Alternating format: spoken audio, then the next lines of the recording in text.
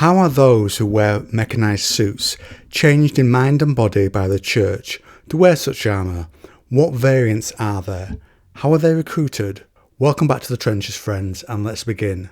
No unit of the faithful nations symbolises the military power of the Great War quite like the Heavy Mechanized Infantry. Based on the ingenious and divinely guided work of Saint Methodius, who created the famous anchorite shrines, the machine armour is all but indestructible. Due to the properties of the orichalcum alloyed steel, it can withstand the hail of bullets with ease and survive direct hits from all but the most powerful enemy ordnance. The articulation of each suit is a masterpiece of craftsmanship and mechanical engineering, which allows the wearer to move with a surprising speed and a range of motion, while sheltering the wearer from all but the heaviest of weapons. In the newer models, diesel motors and hydraulic pistons provide durability beyond that of a normal soldier. The suits are also difficult to modify, altering a short ton worth of machine armour once the alloy has cooled down is almost impossible. Such is its strength and hardness that most smelters are powerful to shape the metal, so they shape the soldiers instead. Orichalcum steel is expensive, while flesh is cheap. Thus the black-robed monks of the Mentalist order travel tirelessly across the faithful nations, testing any willing youngsters who wish to become heavy mechanized infantry, to receive the increased pay and the glory that comes with belonging to such an elite unit. There is never any lack of volunteers. The heretic raids on coastal towns have filled orphanages and foster homes to the brim with youngsters who would do anything to escape the monotony, hunger, and harsh discipline they experience there. Most of them have lost their families to the Great War and are eager to seek vengeance, a trait skillfully nurtured by the official propaganda. No consideration is given to social rank, gender, ethnicity, or nationality. Only willingness. A sharp mind and a body able to withstand the Mentalist's serums are required. The order also aids the creation of communicants who are made when you eat the flesh of a Metachrist, and their bodies also grow to a considerable size. Volunteer youths for the heavy mechanized infantry are tested for their reaction and tolerance to the chemical treatments and holy smoke that a soldier must endure in order to grow strong and durable enough to be able to move in the machine's armour, while enduring the barrage of enemy fire that would cause most bones to fracture inside the suit, despite its incredible sturdiness. Most fail such tests, displaying violent reactions to the slightest amount of the blessed chemicals. Others do not possess minds strong or sharp enough to operate the suits and advanced weapons, but if they do, they have achieved the rank of an aspirant. They are then moved into the care of the order in windowless vans and begin their training. Aspirants' bodies undergo rapid changes. High-twitch muscle fibres are grown in a far higher proportion than usual. They help with speed and power. Bones grow dense and harder, though this often leads to unwanted skeletal protrusions and ridges. Huge quantities of protein are fed to the youths to allow the chemicals and hormones to increase the density of their body. Increased aggression caused by the treatment has to be kept under control with holy smoke and opiate tinctures. Intense spiritual and technical learning sessions are interposed with physical and martial training. At 18 years of age, they are usually physically ready for the duties they must endure. Before they are allowed to don the machine armour for real combat, the aspirants are sent to long-distance patrols and trench raid missions to harden them in battle and teach them to use a wide variety of weaponry. On the front lines, they learn from the veterans and experts the use of all manner of weapons, from a huge trench knife to heavy machine guns. This period typically lasts for a year. By 19, an aspirant is either dead or a veteran of many battles and is ready to don the designated type of machine armour. They rarely have to wait long, as while extremely formidable, casualty rates are high. Usually an aspirant dons their suit for the first time within weeks as their predecessor falls in the Great War.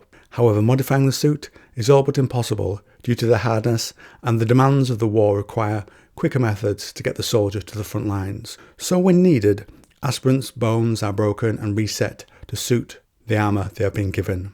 Amputations are performed routinely to allow the soldier to wield some of the deadliest weapons, where the recoil of the gun would shatter even the sturdiest bones. Now, new artificial limbs are then purchased from the fabled House of Wisdom of the Iron Sultanate. And a nice bit of lore I wanted to share on this topic. Scanner Barkley confirmed with one of the creators of Trench Crusade that these limbs are like the Taquin, rather than being like real-world replacement limbs. For those that don't know, Taquin are artificially created beings, and their bodies are artificial as well. They have no vital organs in battle, and so must entirely be dismembered before they can die. But what animates them, that same magic, is in the organs the forces of Antioch use. So you should be pretty much brand new on the limbs you are given. These are then attached to the stumps as they can withstand the rigours of machine armour warfare. So they are an upgrade, it almost sounds like, from the one the person would initially have. Most machine armour suits are in continuous use and are simply hastily repaired when a soldier of a mechanized infantry unit dies. Heavy mechanized infantry are often sent to where the fighting is fiercest and where the missions are the most critical. By the age of 21, heavy machine infantry troopers are usually decorated heroes. At 30, they are considered such veterans that they are recalled to serve as the household troops of the Duke of New Antioch. These units are equipped with experimental suits of wondrous flying machine armour, like the ruler of New Antioch himself. Nice to get a little more lore on the Duke, and he might make a great special character with that armour and the airborne attacks. Their banners and insignia decorated with the device of the Holy Lance, echoing the real relic mounted on the Duke's great battle shield. So again, that's another nice bit of lore for the Duke. So he has the true lance, which is the lance that pierced the side of Jesus during his crucifixion. So obviously it has a lot of divine power because of that. The standard military doctrine of New Antioch calls for heavy mechanized infantry to use heavy weaponry during an advance, while the shock troops sweep away enemies that swarm these walking war towers. In addition, the suits are built according to specific specialization in weaponry and battlefield role. Heavy weapon support, trench crusade raids, mobile defense and anti-tank hunting are just some of the many duties mechanized heavy infantry could be assigned to. Specialized close quarters mechanized infantry units exist as well and are extensively drilled in the use of heavy shotguns and heavy melee weapons. Some mechanized heavy infantry carry heavy ballistic shields, many made of alternating layers of aramid fibre mesh and thin sheets of orichalcum steel alloy, nigh impenetrable. They are used as mobile cover when advancing under heavy enemy fire.